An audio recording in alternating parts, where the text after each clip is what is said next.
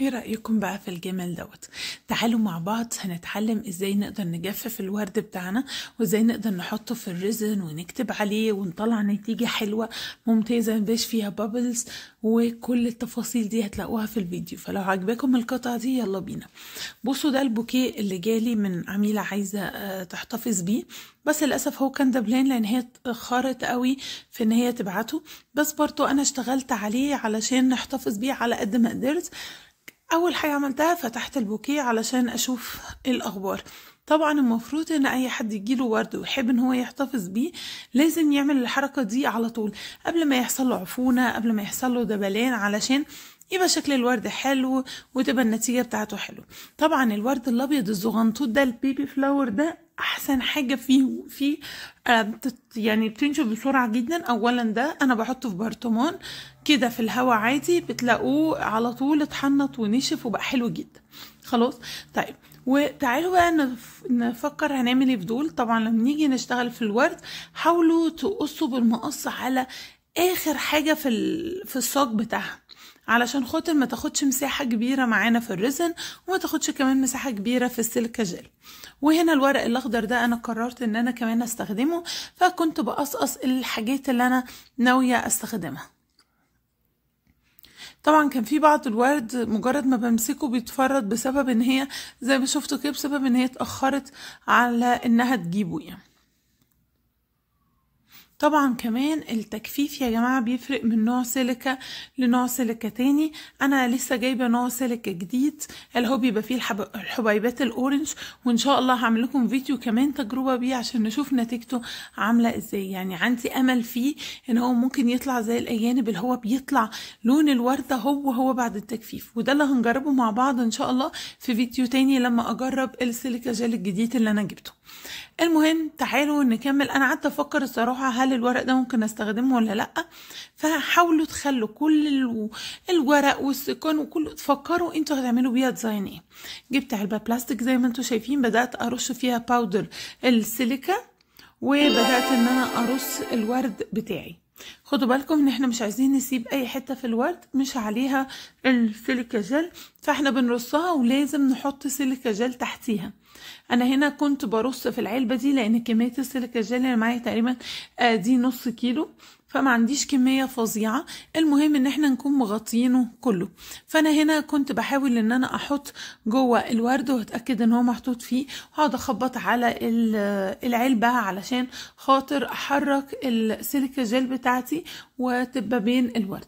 هي طبعا بتقوم بدور انها بتسحب الرطوبه خالص من الورده عشان الورده تنشف، لان احنا لو حطينا الوردة زي ما هي كده في الريزن هيتسحب منها لونها وهتدبل جدا يعني هتبقى قطعة بايظة وهتبوظها خالص. وفي ورد بيتغير لونه خالص، ما عدا ورد بنفسجي صغنطوط كده دوت اللي قبل كده اشتغلت بيه، فضل هو من غير ولا تنشيف ولا اي حاجة خالص، ما كانش اتجفف. بصوا انا هنا بدات ان انا اغطي ازاي. كان عندي بقى حبه الفروع دول كمان قلت اعملهم في اكتر من طريقه تقدروا تحنطوا بيها او تجففوا بيها الورد. في طبعا طريقه السيليكا جل، وزي ما قلت لكم السيليكا جل انواع، وهنجرب ان شاء الله نوع تاني في الفيديوهات الجايه. خلاص، وفي كمان ان احنا بنجفف في الميكروويف، وانا عملت لكم فيديوهات على الموضوع ده. وفي كمان ان انتوا تجيبوا كتاب وتحطوا مناديل جواه، وتحطوا كتاب او كراسه يعني تحطوا مناديل جواه، وتحطوا الورده بتاعتكم وتقفلوا عليها، وكل يومين كده تغيروا المناديل دي لان هي بتبقى امتصت الرطوبه ونرجع نحطها تاني. بالنسبه للسيليكا جل بيتحط الورد من اسبوع ل10 ايام لاسبوعين حسب الجو وحسب نوع الورده. في ورد المسطح طبعا بيخلص بسرعه قوي، عملناه مع بعض قبل كده، وفي الورد اللي هو زي دوت بياخد معانا وقت اكتر، يمكن انا خدت هنا اسبوعين. شايفين ده ورق الشجر انا حطيته في كراسة، وهنا بقى انا كنت طلعت الورد بعد ما اتجفف ومر عليه اسبوعين. رسمت قلب شكل القالب بتاعي، وبدأت ان انا ارص الورد زي ما انا عاوزاه عشان اشتغل على وضوح. وبعد كده جبت القالب بتاعي ونضفته حلوة قوي، وجهزت الكوباية والميزان، وجبت جرافيتي ريزن برو هو اللي انا قررت استخدمه. طبعا الريزن دوت مميز جدا بان هو نسبته 1:1، يعني اللي ما عندوش ميزان يقدر يتعامل بيه على طول. خلاص.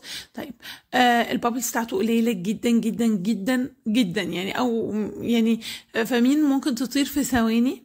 فالصراحه خامته حلوه قوي، فانا قررت ان انا استخدمه للورد، علشان مهم جدا يا جماعه علشان تعملوا قطعه زي دي فيها ورد يكون بنوع ما فيهوش بابلز. جمال القطعة دي بان في الشفافية بتاعتها وان ما عندناش بابلز. اول حاجة طبعا عملتها فتحت الميزان بتاعي، هو عليه كوباية فاضية، فتحت الميزان وبدأت ان انا اصب الريزن بتاعي وبعد كده اصب الهاردنر بتاعي.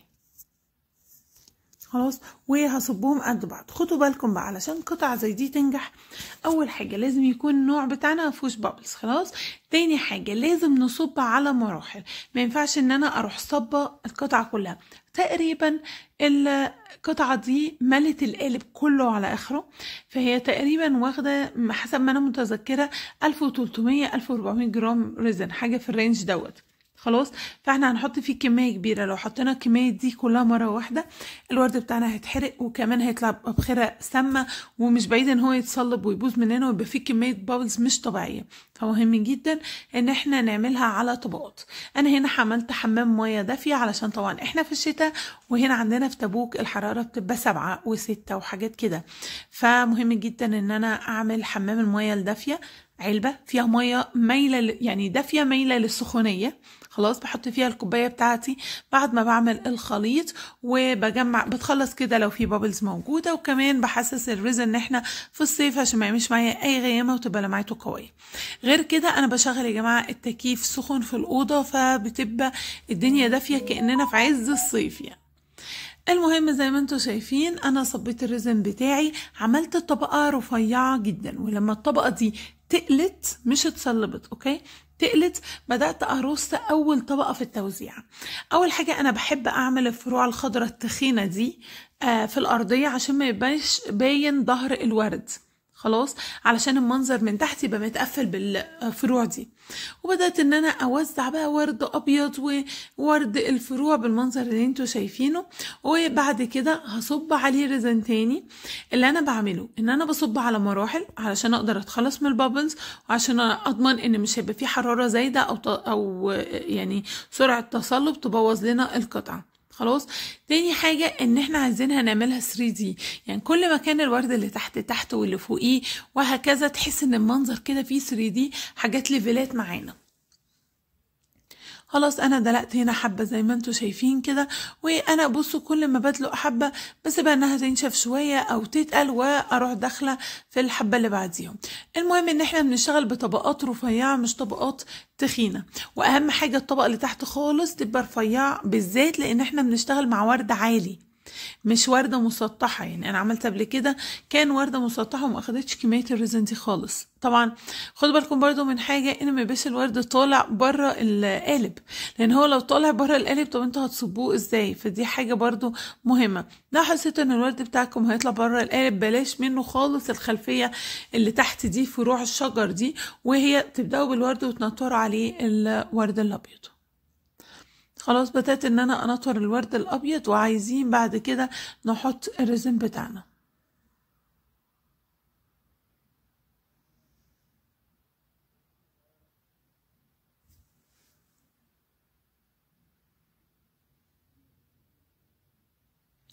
مهم جدا حركة التوزيع دي، وكمان لو انتوا ناويين تكتبوا حاجة او تحطوا صور او كده، فكروا انتوا هتحطوها فين بالظبط عشان ما تبقوش مبوظين الشكل عليها. عملت هنا حبة ريزن وبدأت احطها. شايفين هنا انا كنت حاطة ايه؟ انا كنت حاطة قالب عشان اسند الوردة انزلهم تحت شوية، لان هما كانوا اعلى شوية من القالب، والعصيان دي انا كنت ساندة ورق الوردة ان هو ما يبقاش واقع عشان ينشف على الوضعية دي. وبدأت ان انا اصب الريزن تاني. بصوا انا بصب على الوردة وطبعا بيتزحلق ويروح، طبعا استنيت ان هو ينشف، بدأت ان انا اصب تاني.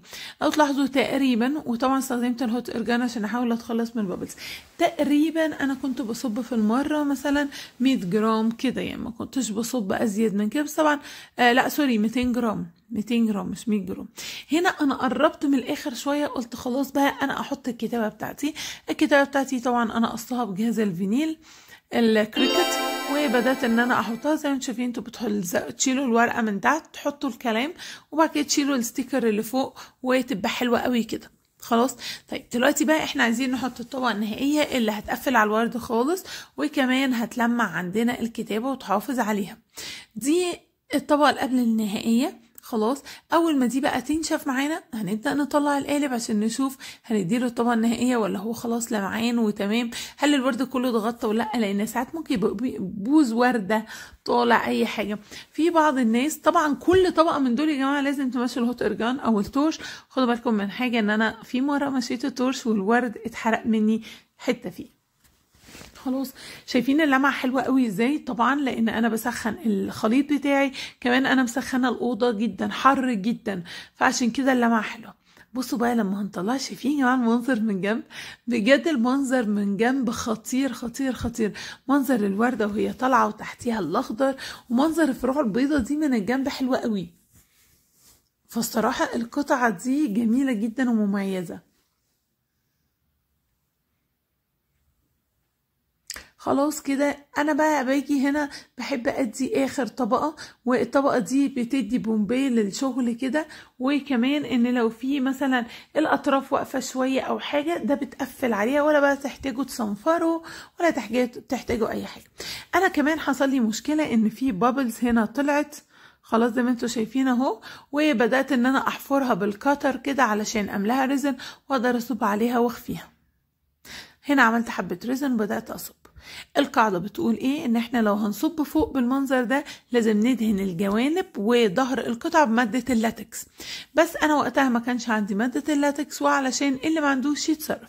اول حاجة بنعملها ان احنا بنصب الريزن بتاعنا في النص بكمية معقولة، وبعدين بالعصاية كده نبدأ نوزع على القطعة بتاعتنا.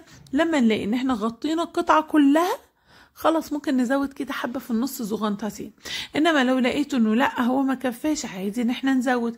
حاولوا بقى تعملوش الموضوع دوت والريزن لسه ميه وسايح جدا، لا يكون تقيل شويه علشان نضمن ايه ان هو مش هيتحرك بسرعه ويقع مننا.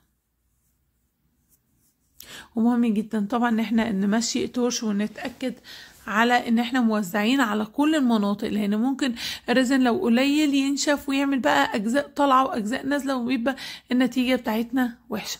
هنا انا بعد ما وزعت رحت صبه كده حبه زياده عشان يديني شكل البومبي، وبالتورش تك تك تك تك خلصنا القطعة بتاعتنا وسيبناها تنشف، ودي كانت النتيجة. صراحة عجبتني قوي. اللي عايز يعرف الشمعة اللي جنبها بقى معمولة ازاي ان شاء الله في الفيديو الجاي، لان في تركية مهمة احنا ازاي حطينا الوردة دي وعملناها ازاي وازاي اتشقلبت. ما تنسوش بقى تعملوا لي لايك وكومنت عشان ده اكبر دعم ليا، تشجعوني اعمل لكم الفيديو الجاي ان شاء الله. سلام عليكم.